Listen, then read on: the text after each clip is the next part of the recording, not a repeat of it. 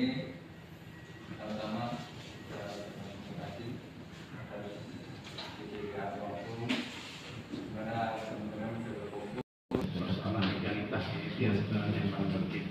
Artinya minimal ada pelimpahan duit. Ini punya kayang. Artinya Bismillahirrahmanirrahim. Assalamualaikum warahmatullahi wabarakatuh. Waalaikumsalam warahmatullahi wabarakatuh. Yang kita hormati Bapak Rakyadi selaku Sekretaris Dinas Kesehatan Kabupaten Tengah dan Kepala Dinas BKKBN dan juga Dewan Pertimbangan DPD Kabupaten Tengah. Yang kita hormati Dr. Fitrali dengan Terus penumpang saja teman-teman sejawat perawat yang ada di Belanda yang kita hormati, mengawalinya marilah sama-sama kita mengucapkan puji dan syukur kehadirat Allah Subhanahu wa taala Tuhan yang Maha Kuasa dengan izin, kesempatan dan kesehatan untuk bisa melaksanakan pertemuan hari. Pertemuan di hari ini baru pertemuan dan diizinkan dan tadi malam sudah koordinasi dengan Dr. Fikra juga dalam proses persiapan untuk pertemuan hari ini. Alhamdulillah hari ini berjalan dengan baik. Teman-teman, organisasi ini sekarang ini merupakan hal yang paling fokus untuk kita orang semua perhatikan. Tidak seperti yang dulu-dulu. Kenapa? Karena organisasi ini sudah diamanatkan oleh undang-undang.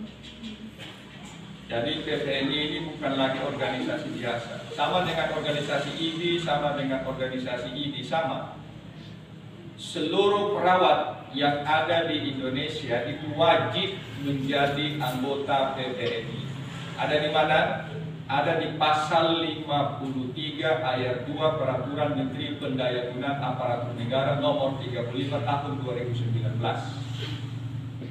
Wajib, setiap perawat wajib menjadi anggota PPNI. Tanda jadi anggota itu punya nomor induk NIRA. Kalau sudah punya NIRA itu berarti anggota. Kalau belum punya NIRA walaupun dia punya ijazah dia belum masuk anggota. Ketika sudah punya nomor induk registrasi anggota, maka yang bersangkutan punya kewajiban pertama yaitu membayar iuran.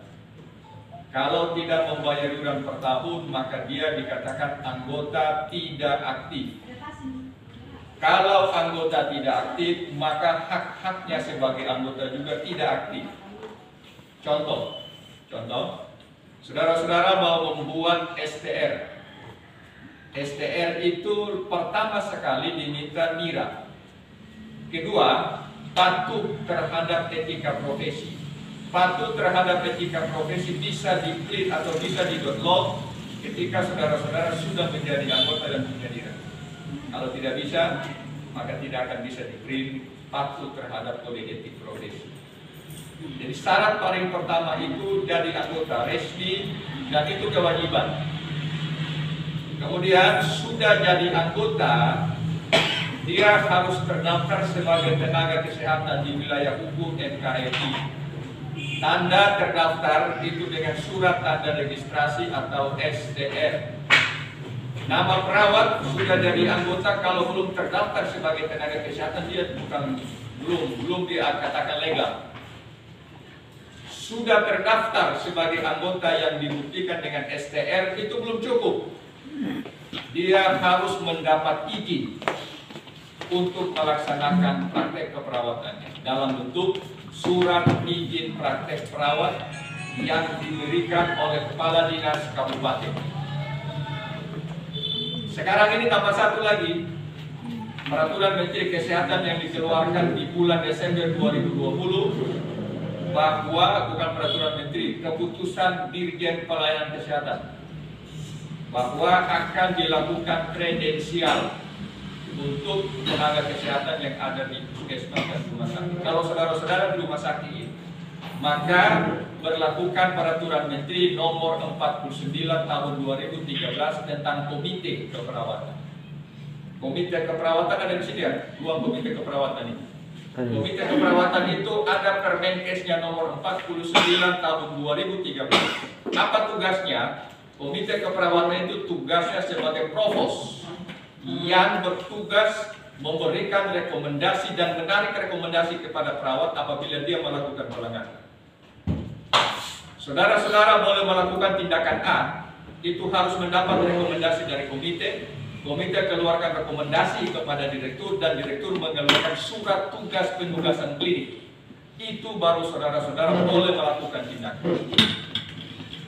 Karena ini rumah sakit, maka undang-undang yang berlaku adalah Undang-Undang 44 2009 tentang rumah sakit. Dia beda dengan puskesmas. Anda di sini rumah sakit. Jadi kalau berlaku Undang-Undang 44 2009 tentang rumah sakit, maka sangat ketat sekali yang berkaitan dengan legalitas praktik.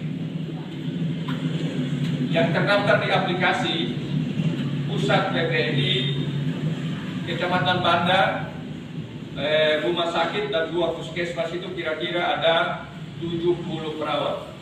Ada 70 perawat. Yang baru terdaftar sebagai anggota resmi itu 55.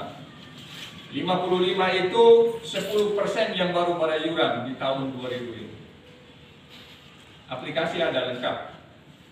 Jadi teman-teman, Katong punya pertemuan dengan Pak Bupati tanggal 17 Maret 2021 kemarin.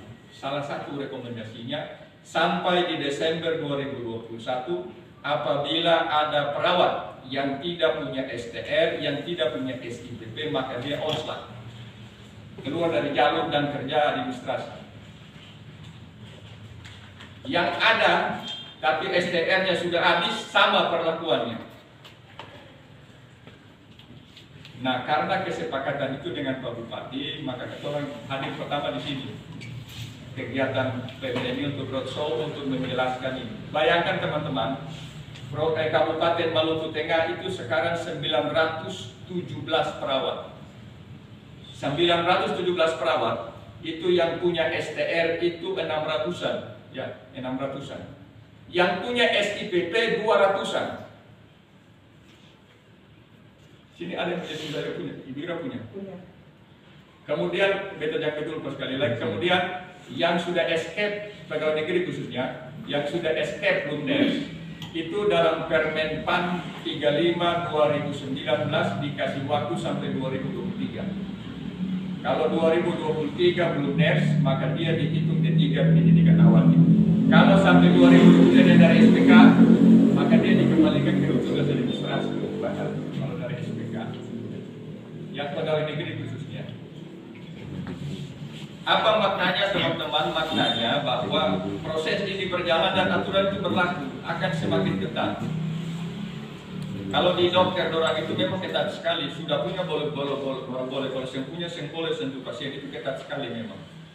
Tapi kata perawat ini karena banyak, yang kemudian aturannya baru mulai dibuat, itu dalam proses pembenahan.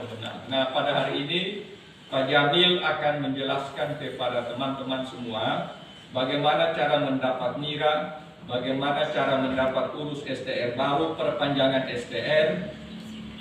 Nanti akan dijelaskan semua oleh Pak Jamil, sehingga harapannya sebelum Desember 2021 teman-teman yang ada di rumah sakit ini sudah clear. Sudah clear. Berapa jumlah perawat di sini? 48 PNS, 48. Ya. 38 SPER. SPER dengan D3. SPER dengan D3 dengan Jadi kalau yang belum escape itu cepat-cepat. Kalau ada yang mau rekomendasikan untuk di Maluku saya. Kalau mau, yang sudah dalam proses. Jadi kalau sudah terlanjur escape, lanjut jangan berhenti. Ya teman-teman begitu ya. Jadi kita berharap, kita sangat berharap sekali. Kata orang itu landing DPK, kata orang ada punya harapan. Kata orang akan bisa RSU jadi DPK sendiri, Walan dan WAIF jadi DPK-nya sendiri, komisariatnya sendiri. Sehingga prosesnya bisa lebih enak, komunikasinya bisa lebih bagus. Begitu bagaimana ya? Nanti setelah ini Pak Jamil melakukan konsultasi dengan teman-teman di DPT Jakarta. Kalau sudah fix maka kita belah dua. Jadi rumah sakit sini punya komisariat sendiri, puskesmas punya komisariat sendiri. Supaya selama ini kan Kecamatan Banda komisariat yang dilantik pertama di tahun 2017. Tapi yang paling terakhir dan itu melakukan aktivasi rekening sama sekali. Yang baru dibentuk 2 bulan lalu sudah selesai proses urusan administrasi. Atau melakukan roadshow yang saat ini baru pertama kali lakukan di Banda juga, artinya bukan ketua orang Banda, bukan. Kebetulan saja ketua hadir di sini pas-pas dalam kegiatan ini, maka ketua berkesempatan untuk itu. Tadi juga sudah disampaikan di Balai seperti itu. Dari sini ketua kembali ke Masui akan ke Serang-Serang dari Laimu, Laimu Kulit, Medoro, Tamilo, Amahei, kemudian Tembak Serang Utara, Puri Seti, Pasar Riba Ade, Wahai, kemudian Pasanea.